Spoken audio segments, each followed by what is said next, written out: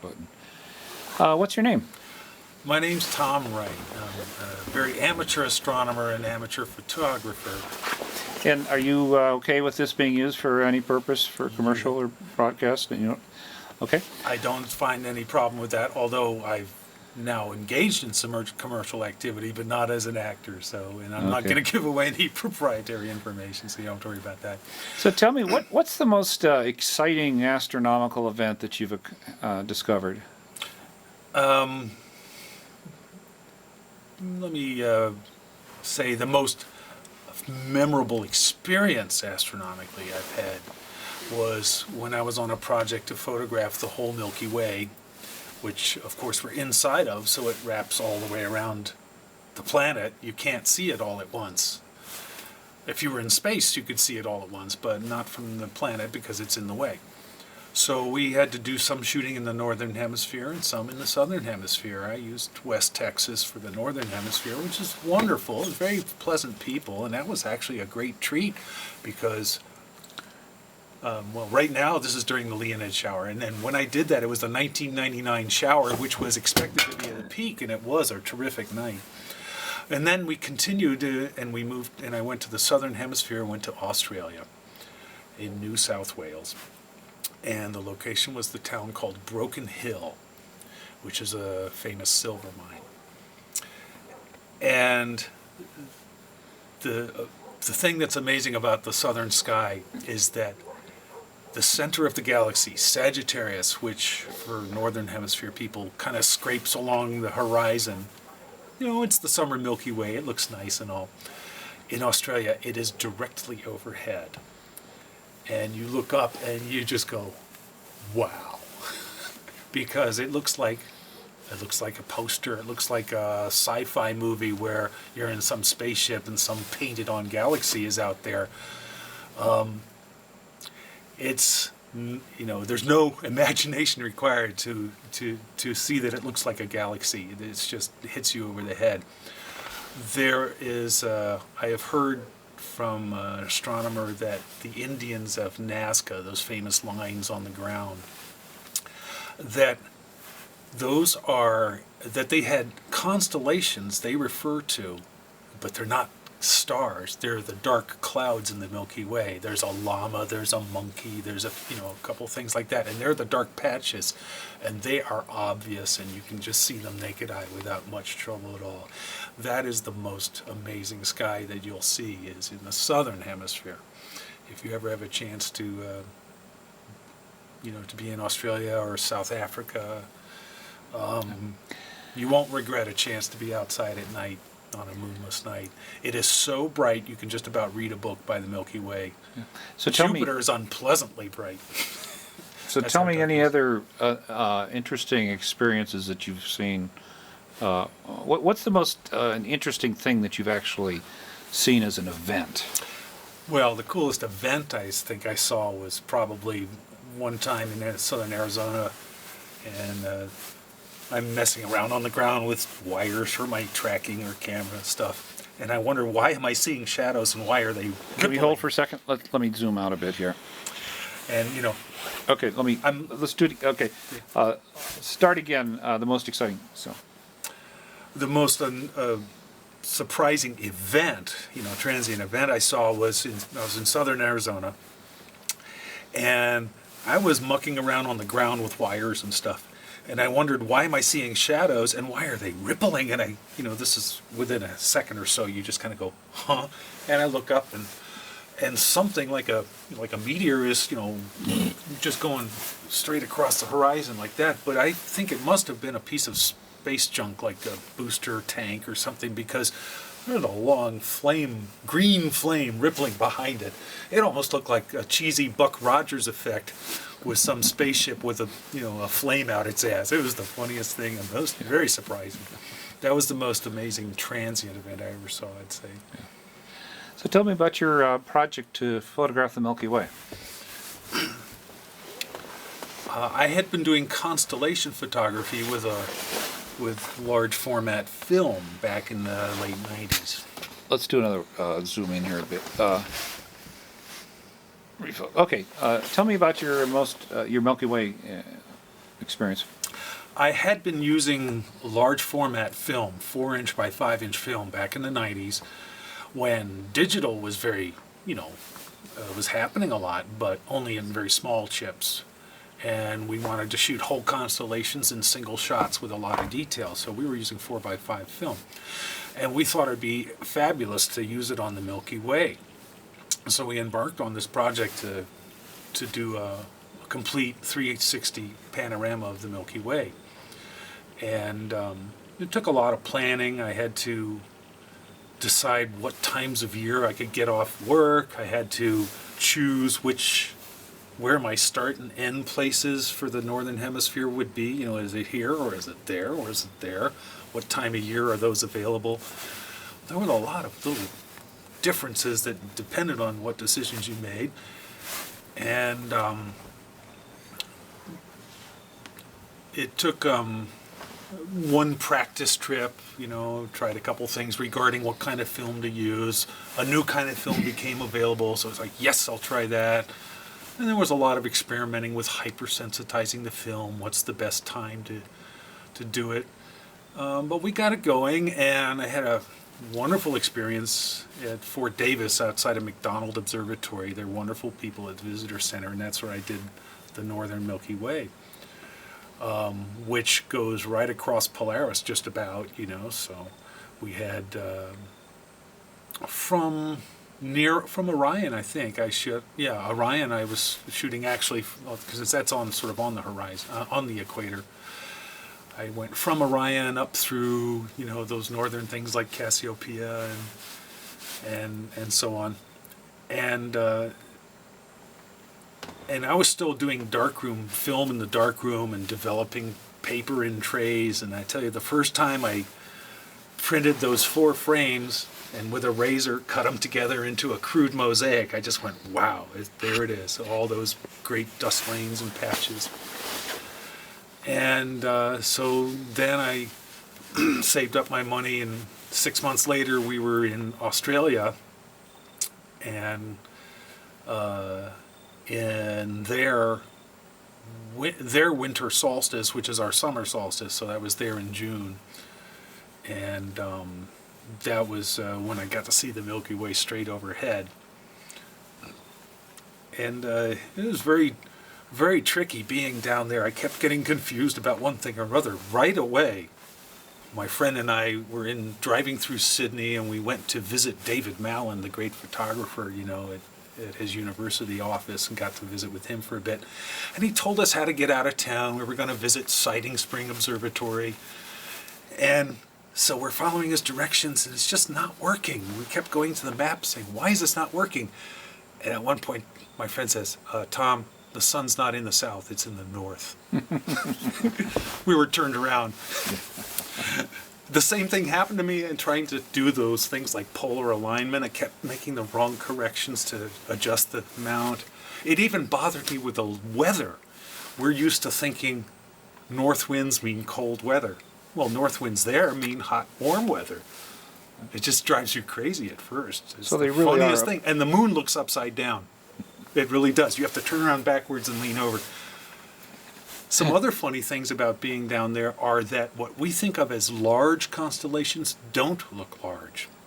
This is an effect, I think, because they're near the horizon here. Scorpius, that big, beautiful, curly thing, looks pretty small. It's straight overhead. It's not near the horizon. Same with Orion. It looks a lot smaller because it's more overhead and not near the horizon. So very disorienting, but what a wonderful sky, and fun people, of course. And I got to see lots of kangaroos. So what's your map or your Milky Way picture called? Well, it's called the Milky Way Galaxy. We have By Tom Wright? No, we have a little partnership because I was the photographer and the field guy, and there was a guy who was good at graphics. He had a advertising business, but he was an astro guy. And there was another fellow who was an engineer who made the camera body. And so we call it Digital Sky. Digital Sky. Mm-hmm. So, okay, great. Any other exciting experiences in your times of astronomy? Well, I'd say interesting experiences. surprising things are one time in southern Arizona again at what was a very pleasant place. It was a observatory bed and breakfast, the Vega Bray Observatory, now Astronomers Inn, I believe it's called. And there was a young moon in the sky in the daytime. You could see a crescent, moon. And people were calling the observatory and saying, "There's something near the moon. What's that near the moon?" And I went outside to look, and there was Venus right next to the moon in the daytime. And Venus was not unusually bright, but it must have been because the moon, your eye obviously can see the moon easily. Your eye latches onto the moon, and then it can notice that there's that little dot next to it. Whereas if it wasn't near the moon, your eye would just slip right past it. But that proves Venus is easy to see in the daytime if you know where to hold your eye. Did you ever see the moonrise? And tell us about the moonrise and the limb coming up first. Oh, I've enjoyed playing with moonrise things, like trying to see it come up over the lake in Chicago where it would get nice mirage effects from the warm water. And it took a lot of tries to get that. But I was amazed and surprised in Australia again when early in the morning when we expected the waning, almost non-existent, crescent moon. I expected it to rise, and that would be when I would call it a night with photography. And my partner asked me, said, "Hey Tom, when's the moon supposed to rise?" And I said, "Oh, probably right about now." And then he said, "Correction, it's already up." Because there was this faint glow over there, and I looked at it with the binoculars where he was looking, and I realized, yes, the moon was up, but it wasn't the bright part of the moon, it was the dark part of the moon. When the moon is a very skinny crescent, sometimes you can see the whole disk. That's because Earth is very bright and Earthshine is lighting up the moon, as we call it, but it's still pretty dim, And he could see that right at the horizon. You could see that dark part of the moon, and that's how transparent the sky is in Australia. Then the crescent of the moon broke the horizon, the two little tips of it, and just about blinded us. It was, by comparison, so bright. Great. Any other stories you want to... What got you started in astronomy? Oh,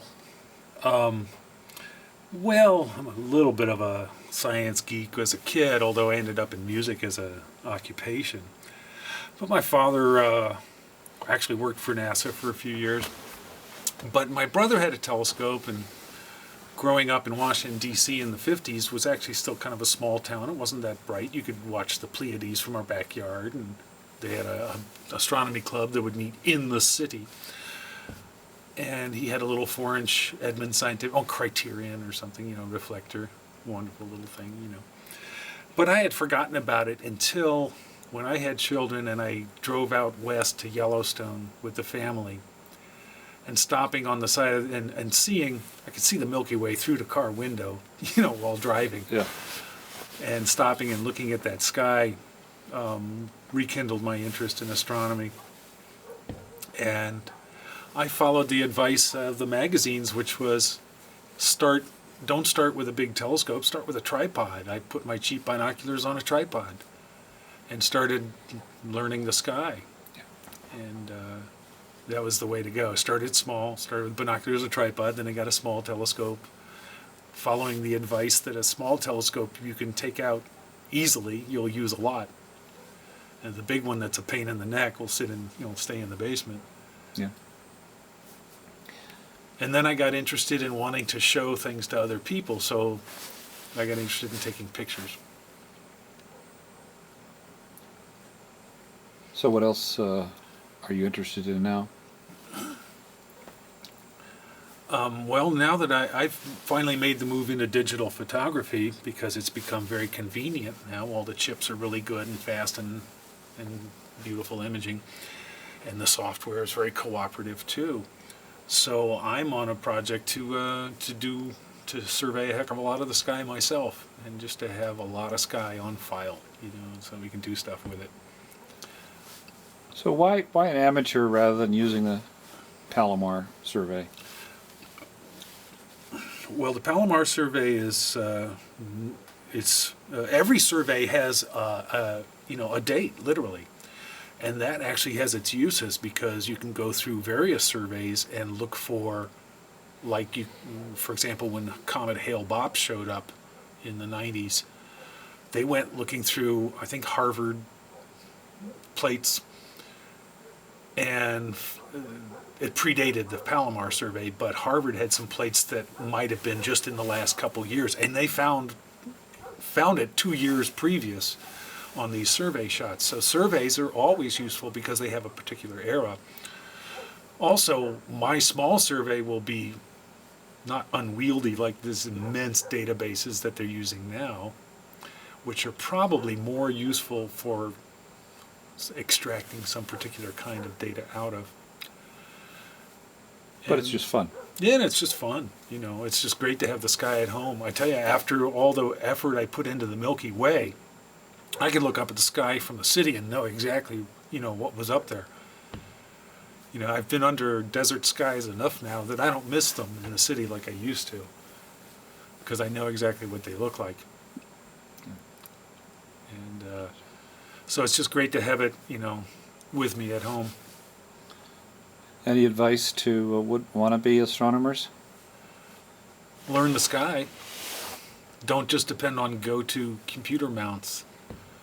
Start small with binoculars or a really small, low-power telescope, and learn how to use a map, because your go-to may not always work. The battery may die, or the power, go down. Yeah. So yeah, there's no reason not to know the sky yourself. People have been studying the sky for 10,000 years probably, certainly for 5,000 years. And it's still taught. The Navy still teaches its sailors how to navigate with the stars, because they might be in an open lifeboat where all the systems might have gotten bombed out, in an attack. So they still teach them celestial navigation. And there's no reason not to know the sky. It's the whole rest of the universe is the sky. There's the planet, but then there's the whole rest of the world that's up there. And you can count on it. The star will always be in the same place. The planets wander a bit, but the stars don't. Not so that we care. So why should you take a picture when the Hubble does such a better job? Because the Hubble can only take a picture of a teeny little pinprick of sky at a time. The amount of sky that a Hubble can take in a picture in one shot is roughly the size of Jupiter in the sky. So to take a picture of, for example, the constellation Orion would be, I don't know, a million shots? How many would it be? I'd have to work it out. And so what Hubble sees is something that's just not at all intuitive to us, because there's no way we can throw that kind of focal length, the kind of magnification from the ground here. We'll never see stuff from the ground that looks like what Hubble sees. So that's why it's interesting. Although I tell you, a camera, even a wide-angle camera, a normal, ordinary terrestrial camera, since you can take a long exposure, will show you a lot more than your naked eye will show. When people look at that picture of the Milky Way, which literally shows the entire sky all at once, they ask, what kind of telescope did you use? I say, that's a magnification of 0, pretty much, What's the difference in film versus digital that you've discovered? Well, I've discovered that the digital is actually much sharper. Point sources like stars tend to kind of diffuse and bloom, kind of mush out in the film and have a bit of a different look. And so you can actually get a lot more fine detail with the digital camera. Of course, other things are that you can have the info right away. You don't have to wait to develop it. I used to travel with chemicals and bottles and hoses and stuff, mixing chemicals in the bathtub, at a hotel. It's really nice to avoid that. But there's other advantages are that there's no issues with the film changing shape. So the technical term would be dimensionality is absolute. You know, there's never any change, and you never have to worry about magnification changes because the film's in a different place. I actually had that problem with the 4x5 film. It would absorb moisture over the course of a long exposure, so we had to resort to some techniques to keep the film flat. Yeah. Great. Well, I'm running out of memory card here. Yes, so that's plenty. You probably I rambled time. on way long. Well, no, it's all editable. Yeah. If